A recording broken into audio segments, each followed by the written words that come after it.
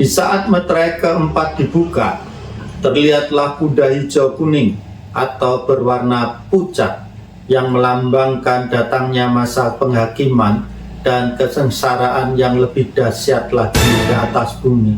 Maut menjadi simbol kematian dan kehancuran yang meluas dengan kuasa yang diberikan kepada mereka atas seperempat bumi menunjukkan skala malapetaka. Meskipun demikian, belum mencakup seluruh bumi.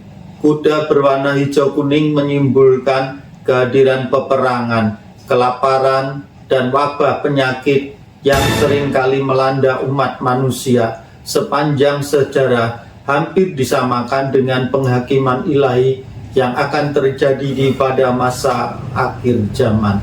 Untuk itu, marilah kita bersama-sama menyaksikan apa yang dimaksud dengan kehadiran penunggang kuda berwarna hijau kuning, bahwa kehadirannya menandakan penghakiman ilahi atas bumi ini.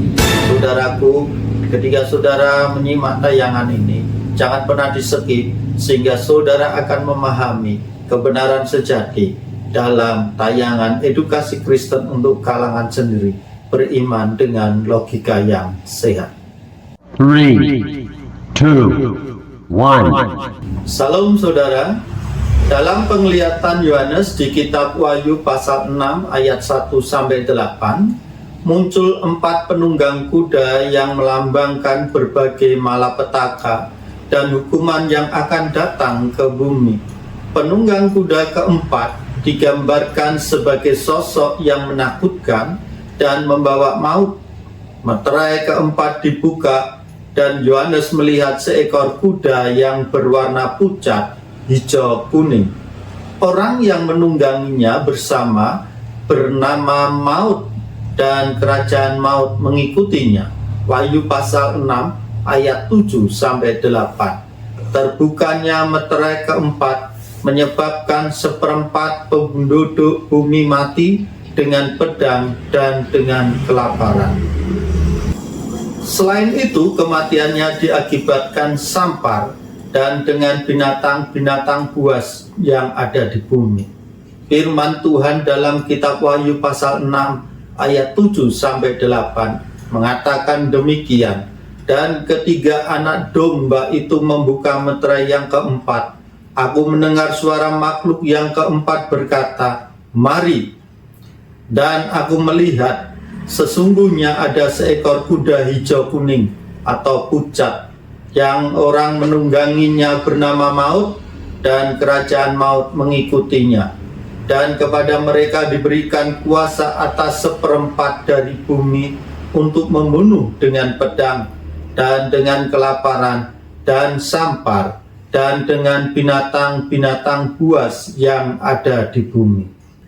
Kata kloros yang berasal dari kata bahasa Yunani diartikan dalam bahasa Inggris mendapatkan suatu terjemahan klorin yang artinya menunjukkan warna hijau kuning atau abu-abu dari mayat yang membusuk.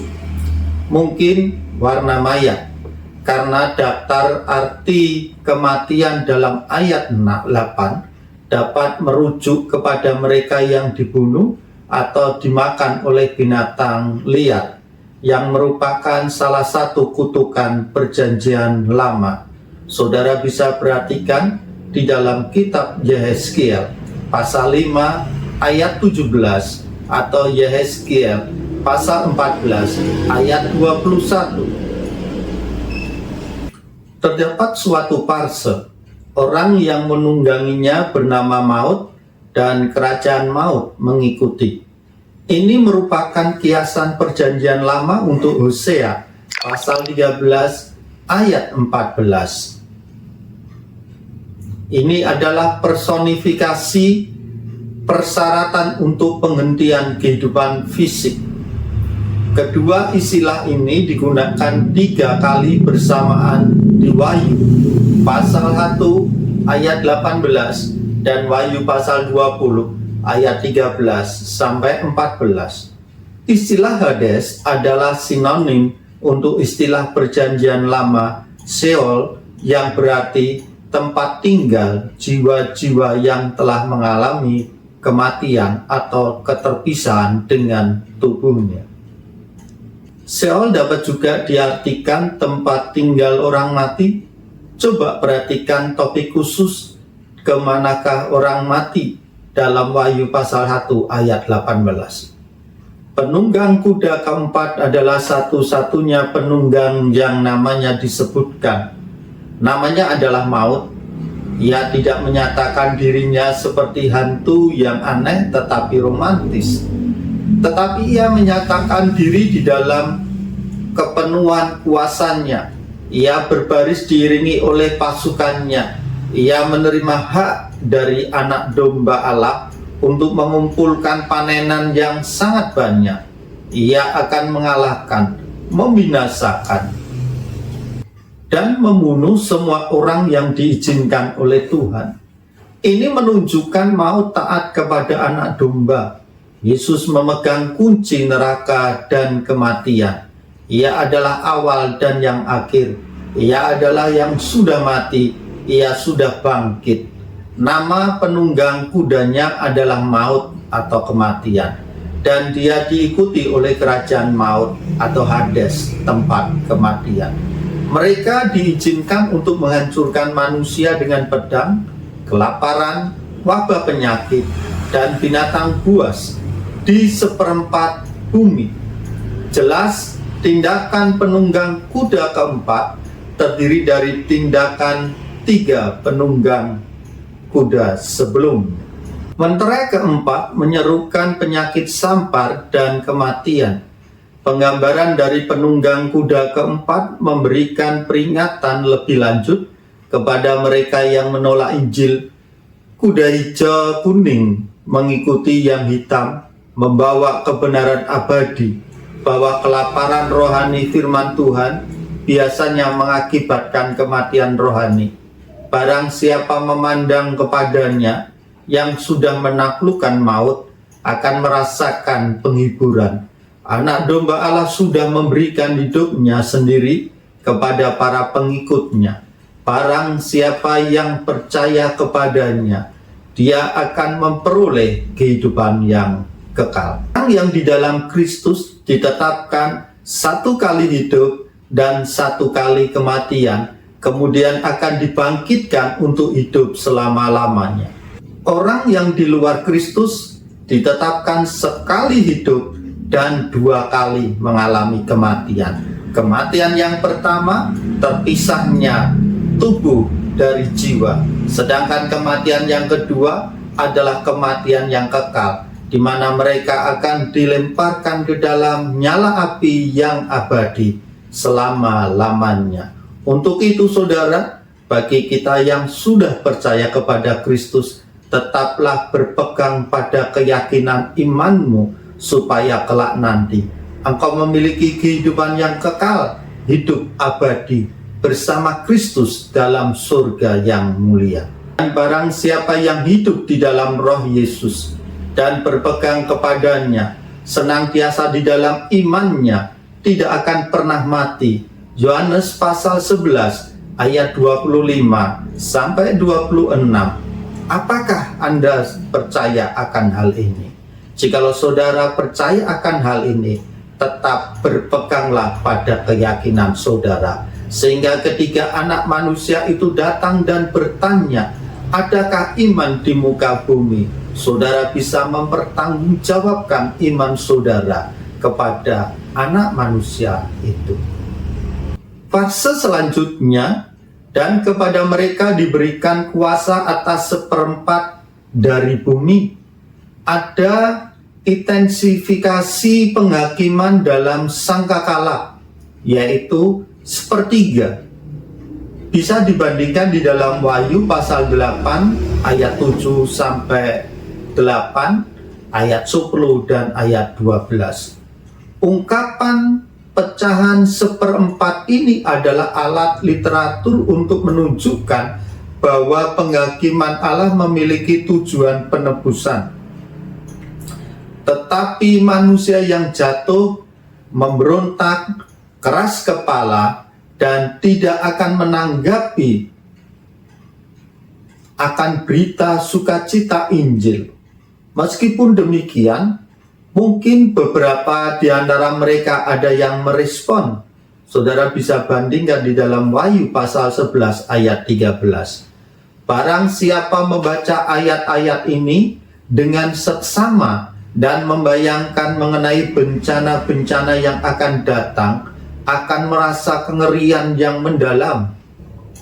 Penderitaan, keputusasaan, dan kematian dari seperempat manusia di bumi sangatlah tak terbayangkan. Dan kemudian pergantian nilai-nilai akan terjadi, kekuasaan akan runtuh, dan semua mata uang akan jatuh nilainya.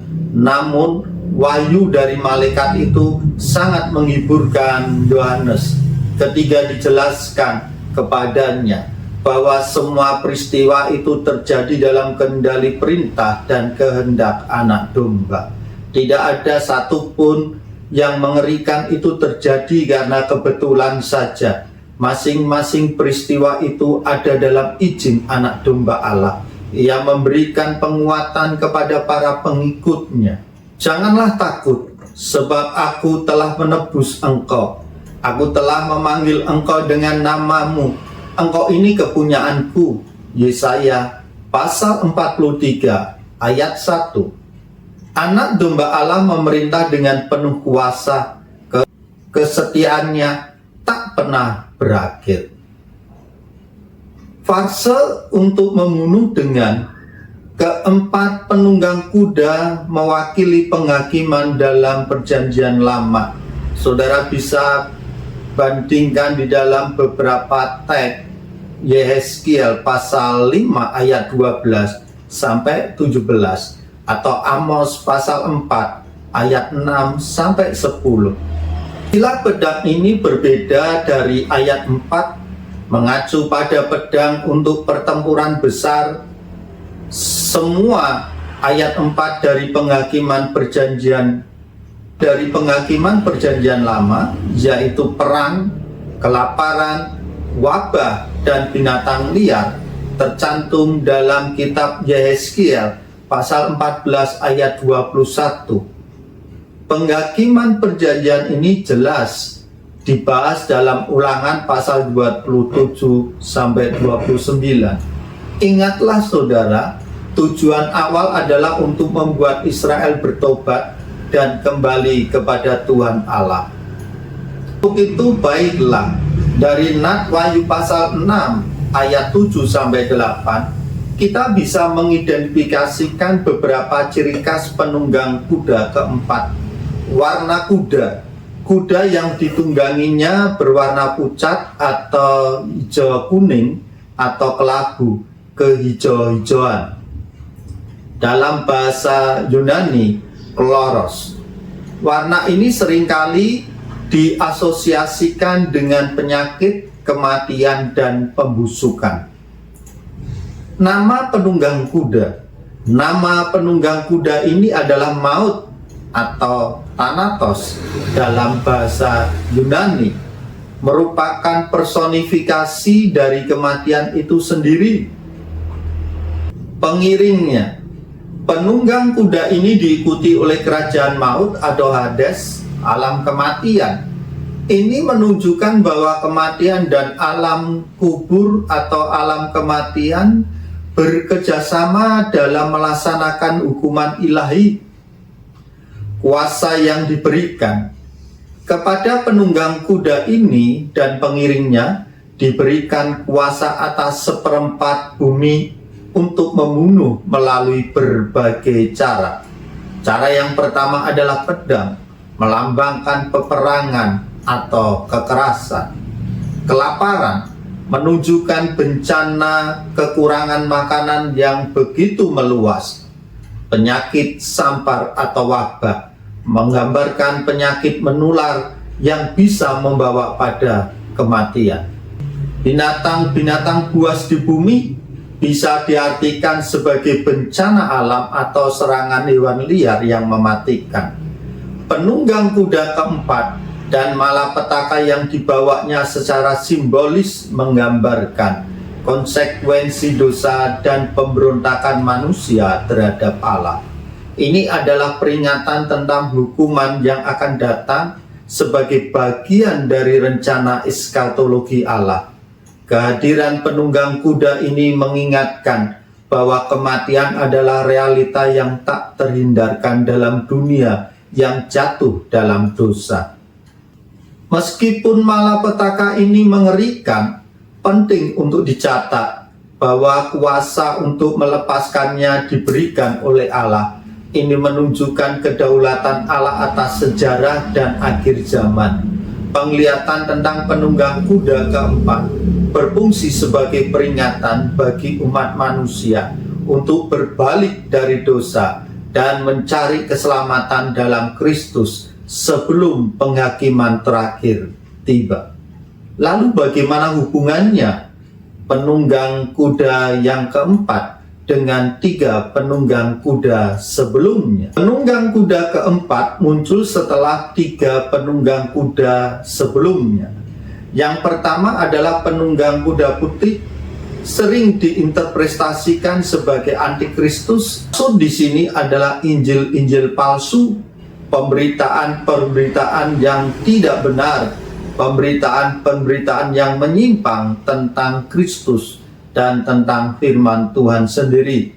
Saudaraku, saat ini banyak sekali pemberitaan-pemberitaan tentang Injil yang palsu, yang mengklaim dirinya sebagai Injil yang benar, padahal yang mereka beritakan adalah Injil palsu. Yang kuda merah melambangkan peperangan dan pertumpahan darah.